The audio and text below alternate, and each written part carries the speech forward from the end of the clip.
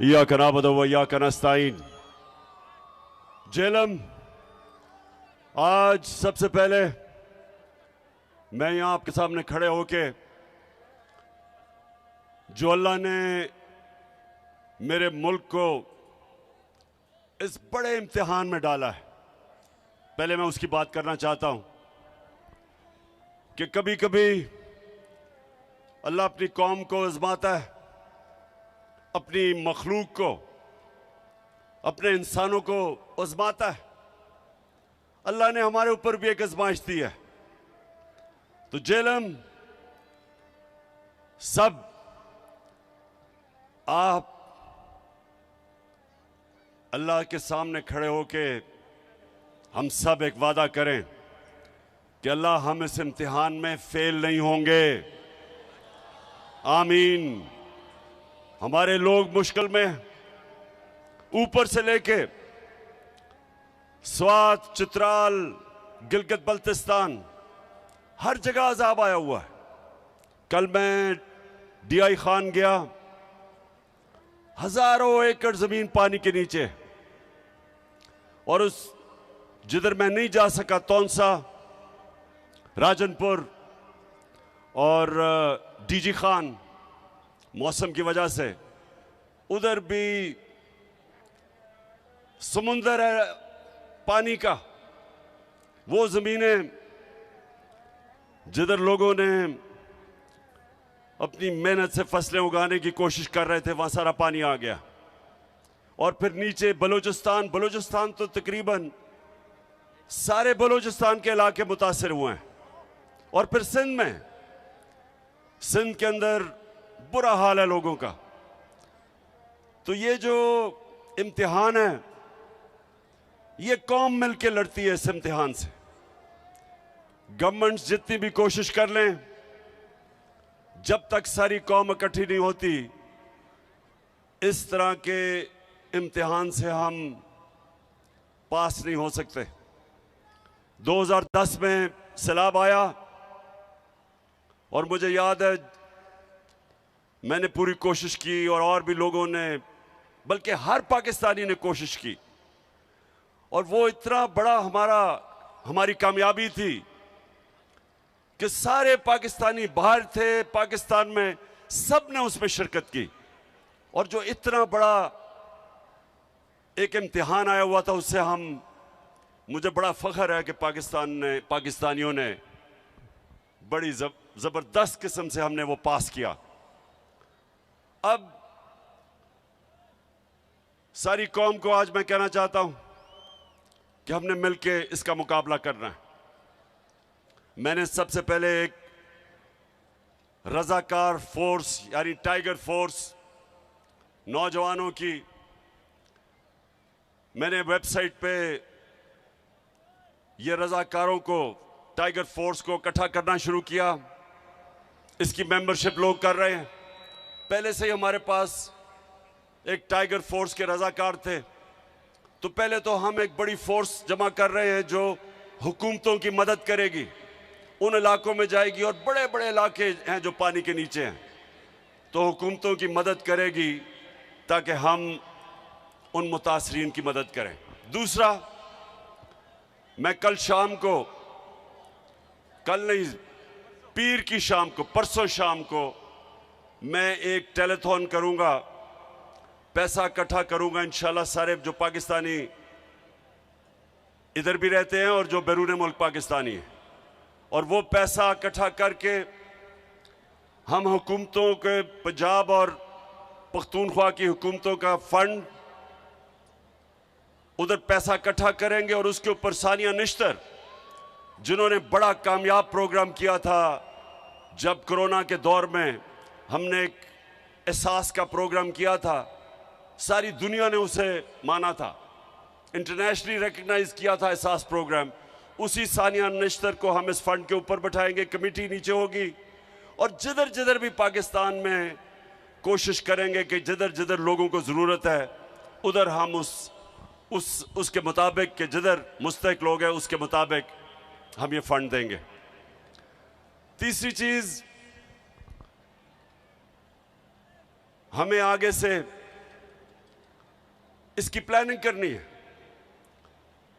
एक तो अल्लाह का इम्तिहान है, ये तो हमारे ऊपर आया, इसके ऊपर तो कोई कुछ नहीं कर सकता।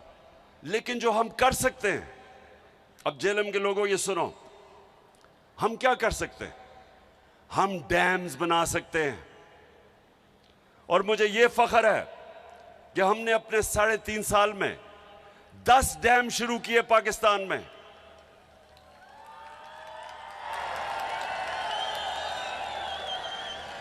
पचास साल के बाद पाकिस्तान में बड़े डैम बने। बादशाह बन रही है, बादशाह डैम बन रहा है, दासू डैम बन रहा है, और उसके अलावा मुमन डैम, जो इंशाल्लाह अगर इसी रफ्तार पे गया तो 2025 में बन जाएगा।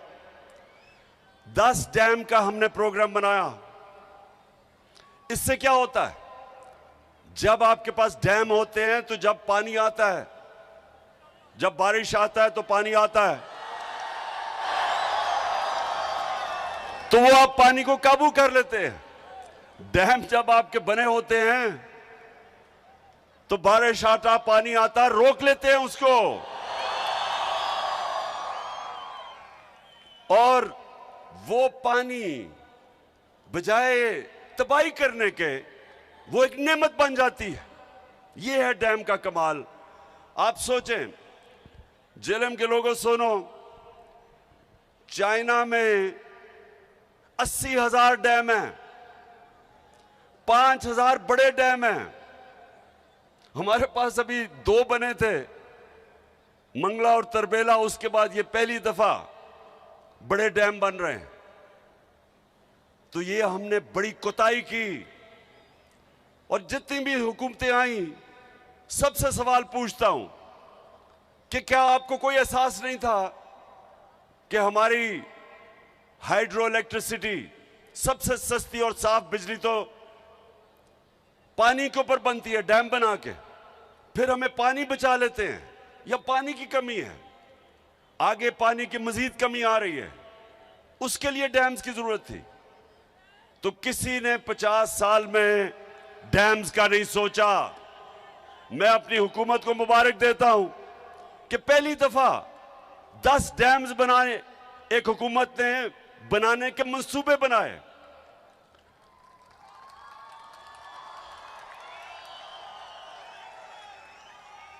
और जेलम, अब आप सुने दूसरी चीज, जब एक हुकूमत आगे आने वाले नस्लों का सोचती है, तो नौशहरा में क्या हुआ? नौशहरा में हमारे पिछले चंद सालों में, जब से हमारी हुकूमत है, बंद बनाए गए। 2010 में जब सैलाब आया था, नौशहरा डूब गया था। इस बारी बंद बना के नौशहरा को बचाया गया, और अल्लाह करे कि और पानी ना आए। अभी पानी आ रहा है, हम ये उम्मीद रखते हैं कि वो बंद बचा लेगा। इस तरह की इस वक्त तौंशा शहर, उधर उस शहर आज डूब जाना था, जो ऊपर से कोए सुलेमान से ये जो चश्मे आए और ये नाले आ रहे थे, अगर वो पंजाब की हुकूमत, उस्मान बुज़दार की हुकूमत अगर वहां अरबों रुपए का बंद ना बनाती, आज तौंसा डूब गया था। और फिर आज लाहौर के अंदर जब पानी आता था, बारिश आता था, तो लाहौर भी मुश्किल में पड़ जाता था। जिस तरह सिंध और कराची खास तौर पे, या जब बारिश आती है तो डूब जाता है, और या फिर पानी नहीं मिलता। कराची के अंदर टैंकर माफिया है, सबसे ज्यादा पैसा टैंकर माफिया बनाता है, क्योंकि पानी नहीं है। लाहौर के अंदर अंडरग्राउंड उन्होंने टैंक्स बनाए, और अब जब बारिशें हुई हैं, कोई लाहौर के अंदर पानी नहीं खड़ा हुआ। ये पहली दफा आगे की प्लानिंग कर रहे हैं। 30 साल इन दोनों हुकूमतों ने पावर में बैठे रहे, कितनी इन्होंने प्लानिंग की। अब डीजी खान एक बड़ा ये पहाड़ से जो पानी उसको रोकने के लिए एक सुरूर डैम बन रही है जिसकी फीजिबिलिटी वो ये सारे नालों का पानी रोक लेगी और वहां वैसे खुशहाली होती है तो वो पानी नेमत भी बन जाएगा और बचा लेगा जो जिस तरह की तबाही आज मची है। पख्तूनख्वा के अंदर फीजिबिलिटी बन गई है टांग जाम डैम की, अगर वो बनी हुई होती तो वो इंशाल्लाह आगे रोक लेती जो तबाही मची है इस वक्त डीआई खान में, अगर वो डैम बनी होती। तो कहने का मकसद ये है कि इसका अभी से हम आगे के प्लानिंग कर रहे हैं कि इस पानी को एक नेमत बनाए बजाय ये तबाही बने। तीसरी चीज, जेलम एक बड़ी अखबारों के अंदर कैंपेन चल रही है, फ्रेंडली मीडिया, लिफाफे वाले सहाफी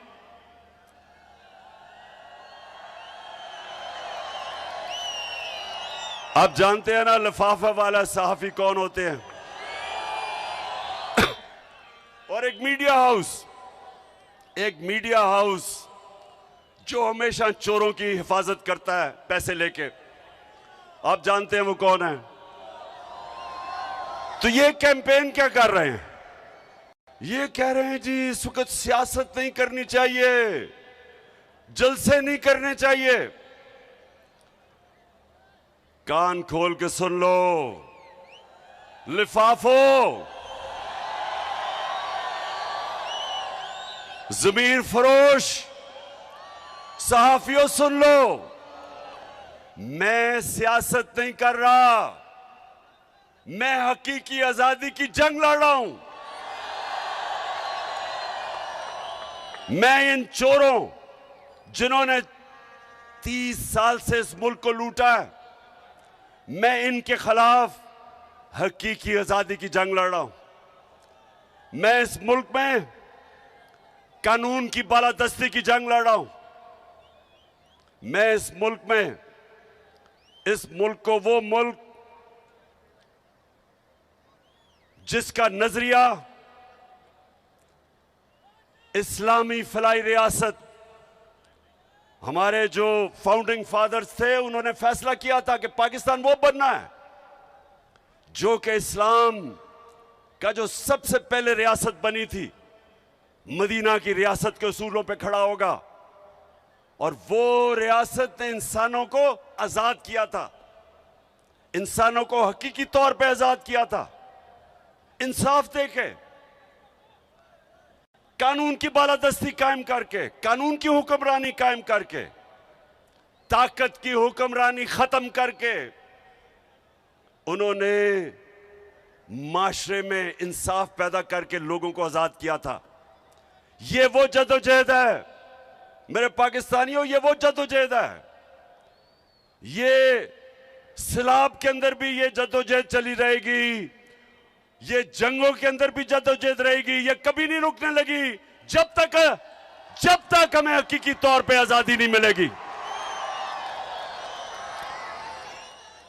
और ये जो बल्कि ये पीडीएम, ये चोरों का जो ये टोला मुल्क पे मुसल्लत हुआ है, आप भी कान खोल के सुन लो, ये आपका प्रोपेगेंडा के जी जलसे कर रहा है, पॉलिटिक्स कर रहा है।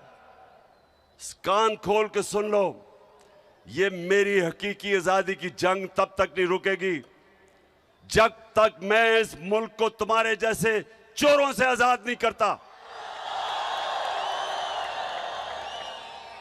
आजकल हमें कहा जा रहा है कि जी ओहो सैलाब आ गया, फिक्र ना करो, सैलाब में इंशाल्लाह इमरान खान और उसकी टीम और उसकी हुकूमतें वो काम करेंगी जो तुम सारी जिंदगी लगे रहो नहीं कर सकते। तुम्हारे लिए तो कोई पैसे देने के लिए तैयार नहीं है, क्योंकि तुम्हारा तो चोरी करके सारा पैसा बाहर पड़ा है। वो जो भगोड़ा लंदन में बैठा हुआ है, किधर से पैसा आया उसके और उसके बेटों को, क्या अरबों रुपए की प्रॉपर्टीज में रहता है, और वो हमें दर्श दे रहा है कि सियासत नहीं करनी चाहिए। तुम भी सुन लो, नवाज शरीफ मफरूर और मुजरिम, गौर से सुन लो। और यहां शहबाज शरीफ तुम भी सुन लो, और फजल रहमान डीजल तुम भी सुन लो, और आसिफ जरदारी जिसको पैसे की बीमारी है, जो पैसा देख के, आसिफ जरदारी जब पैसा देखता है उसकी मूछें ऊंचे नीचे होनी शुरू हो जाती है। सब सुन लो, ये हमारी तुम्हारे खिलाफ जद्दोजहद हर मौसम में चलेगी। गर्म तरीन जब पाकिस्तान, याद रखें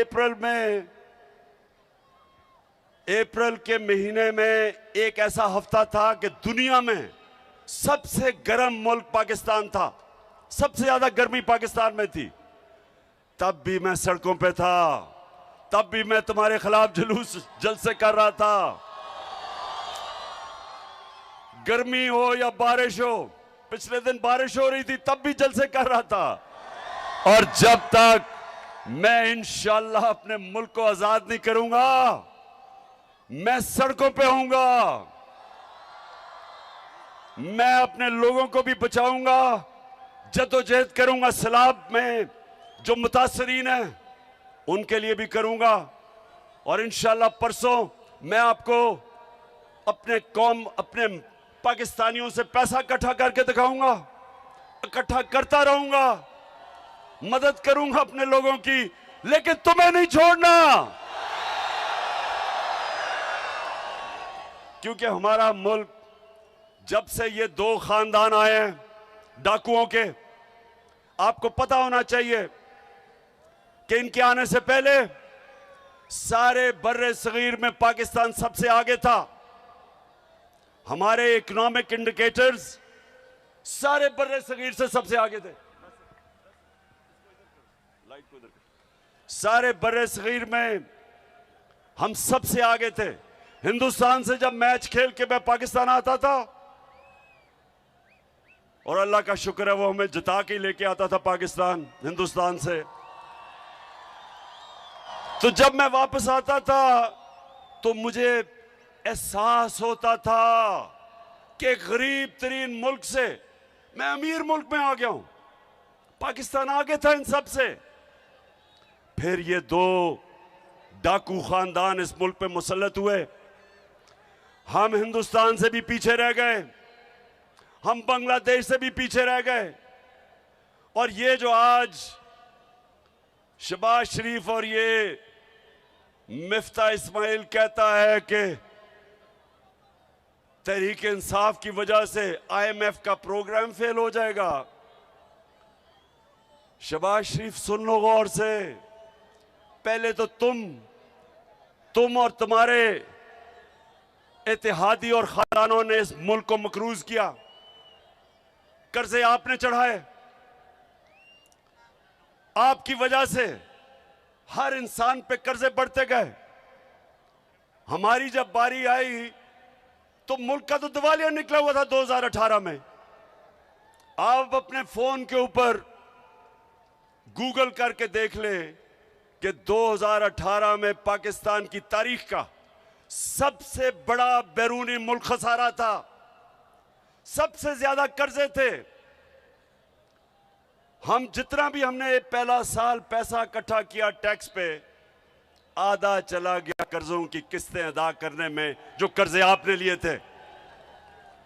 तो हम तो तब हमें मिला था पाकिस्तान, और पाकिस्तान की इकोनॉमिक सर्वे उठा के देख लो, इनके दौर में जो इकोनॉमिक सर्वे जो हुकूमत से जो ऑफिशियल डॉक्यूमेंट आती है वो उठा के देख लो। 17 साल के बाद सबसे बेहतरीन ग्रोथ रेट हमारे दौर में 5.6 और 6% हमारी इकोनॉमी ऊपर गई। सबसे ज्यादा पाकिस्तान की तारीख में टैक्स इकट्ठा किया, सबसे ज्यादा पाकिस्तान की तारीख में बैरून मुल्क पाकिस्तानियों ने डॉलर्स भेजे। हमारी 4 फसलें 2 साल रिकॉर्ड पैदावार हुई। किसानों के पास तारीख में सबसे ज्यादा पैसा गया देहातों में। हम वो पाकिस्तान छोड़ के गए थे। हमने एहसास के जरिए लोगों को फायदा पहुंचाया, निचले तबके को। हमने पहली दफा पाकिस्तान में हेल्थ इंश्योरेंस यानी कि 10 लाख रुपया हर खानदान को दिया कि किसी भी अस्पताल में अपना इलाज करवा सकते थे। यह पहली दफा हुआ पाकिस्तान में। और इस दौर में, और हम छोड़ के जाते हैं अप्रैल में, आप साजिश करते हैं, बैरूनी मुल्क साजिश करके गवर्नमेंट गिराते हैं और 4 महीने के अंदर मुल्क का दिवालिया निकाल देते हैं, मजीद कर्जों का रिकॉर्ड तोड़ देते हैं, रुपया गिर जाता है। रुपया एक दफा तकरीबन 250 रुपया डॉलर पे पहुंच गया। आज भी सबसे ज्यादा इस वक्त डॉलर महंगा है। इसका मतलब महंगाई सबसे ज्यादा महंगी है। एक चीज जेलम सुन लो, इसको कहते हैं कंज्यूमर प्राइस इंडेक्स। ये होता है जो आम लोगों के खाने पीने की चीज, बिजली और गैस। ये हम जब छोड़ के गए थे 16% थी, यानी 16% महंगाई थी। आज 45% है। आज दुगनी से भी ज्यादा महंगाई है। तो इन्होंने तो सारा शोर ही मचाया था कि हमारी हुकूमत नाअहल है, क्योंकि हम महंगाई नहीं रोक सकते। महंगाई के रिकॉर्ड टूट गए, माइशत नीचे आ गई, कर्जे और ले लिए। और आज मिफ्ता इस्माइल कहता है कि जनाब तहरीक इंसाफ IMF का प्रोग्राम फेल करना चाहती है। पहले तो तुम्हारे से सवाल पूछता हूं कि 2 महीने पख्तूनख्वा का वजीर आपसे बार बार पूछता रहा कि मैं मीटिंग करना चाहता हूं, आपने जो पैसे वादा किए थे पख्तूनख्वा को नहीं मिले, उसको मीटिंग नहीं दी, ऊपर से सैलाब आ गया। तो अब वो ये सोच रहा है कि आप कह रहे हैं कि हम आपको एक सरप्लस देंगे, तो इस सैलाब में जो अरबों रुपए की तबाही मची है, किधर से सरप्लस देगा वो? आपको IMF से बात करनी चाहिए। मैंने जब कोरोना हुआ, मैंने IMF के सरबराह से बात करके कंसेशन ली। मैंने कहा लोग मुश्किल में हैं, और उन्होंने दी कंसेशंस। आपको आज बात करनी चाहिए कि IMF को कहो हमारे लोग मुश्किल में हैं, सैलाब आया हुआ है। थोड़ा सा अपना दिल गुर्दा बढ़ाओ, गोरे चमड़ी से इतना ना डरो, इतनी गुलामी ना करो। हार्ट ट्रांसप्लांट करवा लो, शायद आप में थोड़ी दिलेरी आ जाए कि उनके सामने कैंपेन टांग दी हैं। शहबाज शरीफ तो कहता है, आपने सुना हमारे शहबाज शरीफ को, ये जरा जरूर सुने जरा। एक 22 करोड़ अवाम का सरबराह, सुने जरा गौर से कि वो क्या कहता है, और मुझे उसके बाद बताना कि क्या आपको भी उतनी शर्मिंदगी हुई है सुन के जितनी मुझे। सुने, मैं सऊदी अरब से होके आया हूँ, मैं UAE के होके, अभी मैं तुर्की होके आया हूँ, और मैंने उन भाइयों को कहा कि आप हमारे बड़े अजीम भाई हैं, हमेशा आपने हमारी मदद की। और मैंने यही कहा, जब मैं आया हूँ तो आप समझेंगे शायद ये मांगने आया है। मैं मांगने नहीं आया, लेकिन मजबूरी है। जिस तरह माजी में 75 साल में आपने हमारा हाथ बटाया है, कुछ अर्सा आप हाथ बटाओ। मैंने कहा मैं वादा करता हूँ कि इंशाअल्लाह हम पूरी कौम हम मिलकर दिन रात मेहनत करेंगे, पसीना गराएंगे, अपने पाँव पे खड़े होंगे। जेलम, क्या आप उतना ही शर्मिंदा है जितना मैं हूं? देखें, हमारा मुल्क बना था एक अजीम नारे पे, पाकिस्तान का मतलब क्या, और मेरा तेरा रिश्ता क्या, और ला इलाहा इल्लल्लाह का मतलब कि अल्लाह, हम तेरे सामने हाथ फैलाएंगे, हम किसी के सामने नहीं झुकेंगे। ये हमारा कर रहा है ये जो इंपोर्टेड हुकूमत आई है। एक गैरतमंद कौम जिसका लीडर कायदे आजम, जो अंग्रेज की गुलामी में भी किसी के सामने नहीं झुकता था, नजरियाती लीडर अल्लामा इकबाल, उस कौम को इस तरह के लीडर मिले क्योंकि इनका इतना चोरी का पैसा मुल्क से बाहर पड़ा है। ये जिन मुल्कों में पैसा पड़ा है उनके गुलाम है। अच्छा, आप पाकिस्तानियों, मैं अब आपको आखिर में ये बड़ी जरूरी बात करना चाहता हूं और ये आपने गौर से सुनना है। एक तरफ हमें कहते हैं कि जनाब सैलाब आया हुआ है और सैलाब की वार्निंग कई हफ्ते पहले थी, तो जब सैलाब आया हुआ है तो ये बताएं कि पाकिस्तान की सबसे बड़ी पार्टी को आप दीवार से लगा रहे हैं, केसेस कर रहे हैं। पहले तो 25 में आपने लोगों को जिस तरह तशद्दुद किया और यहां ऊपर हमारे बैठे हैं लोग जिनको इन्होंने जेलों में डाला पुरअमन एहतजाज करने के लिए। 3 दफा इन्होंने हमारे खिलाफ धरने दिए, ना एक किसी को पकड़ा, ना कोई FIR काटी, ना कोई रास्ते रोके, बल्कि मैंने तो कहा हम तुम्हें खाना पीना भी दे देंगे। वो और बात है कि इनके धरने सारे वही हुआ, बुरी तरह हारे, जल्द से कामयाब नहीं हुए। हमारे लिए एक पुरअमन एहतजाज पर जो उन्होंने जुल्म किया, मैं अपने जेलम के लोगों को यह कहना चाहता हूं कि इस वक्त पाकिस्तान की जमहूरियत को, हमारी आज़ादी को सबसे ज़्यादा खतरा है, क्योंकि ये बैरून मुल्क साजिश के जरिए जो हमारे ऊपर मुसल्लत किए गए हैं, इलेक्शन से ये भाग गए हैं। सारी इन्होंने इलेक्शन कमिश्नर के साथ मिलके, सारी पुलिस का इस्तेमाल करके, उसके बावजूद जो पंजाब का इलेक्शन था बुरी तरह हारे, जो पंजाब के बाय इलेक्शन थे बुरी तरह हारे, धांधली के बावजूद। उसके बाद 2 बाय इलेक्शन हुए, वो भी हार गए। अब ये डरे हुए हैं, इनको पता है कि इलेक्शन में तो इन्होंने फैंटा खाना है, तो अब ये कोशिश कर रहे हैं कि टेक्निकल नॉकआउट किया जाए। सबसे पहले तो इमरान खान को किसी तरह रास्ते से हटाओ, किसी तरह इसको डिस्क्वालीफाई करवाओ। अब मेरी कौम मुझे 50 साल से जानती है, 50 साल से आप मुझे जानते हैं। आप तो पैदा भी नहीं हुए जब मैं क्रिकेट खेलता था। आज तक मैं अपने कानून के बीच में रहा हूं और आइन के बीच में रहा हूं। सारी मेरी 26 साल की पॉलिटिक्स, कभी मैंने अपने मुल्क में इंतशार नहीं किया। हालांकि हमारे ऊपर हर किस्म का, जब इन्होंने 25 को हमारे खिलाफ तशद्दुद किया, हमने कुछ नहीं किया, हम वापस चले गए। इस डर से मैं इसलिए खत्म किया धरना, मुझे डर था कि इंतशार होगा। अब मेरे खिलाफ इन्होंने दहशतगर्दी का पर्चा कर दिया है, यानी कि मैं एक बहुत बड़ा दहशतगर्द हूं, मुझे पकड़ने भी आए थे। अब सारी दुनिया में ये खबर गई है पाकिस्तानियों, सारी दुनिया में, कि जी इमरान खान के ऊपर दहशतगर्दी का पर्चा कर दिया। और दहशत क्या थी ये भी सुन लो। हमारे बड़े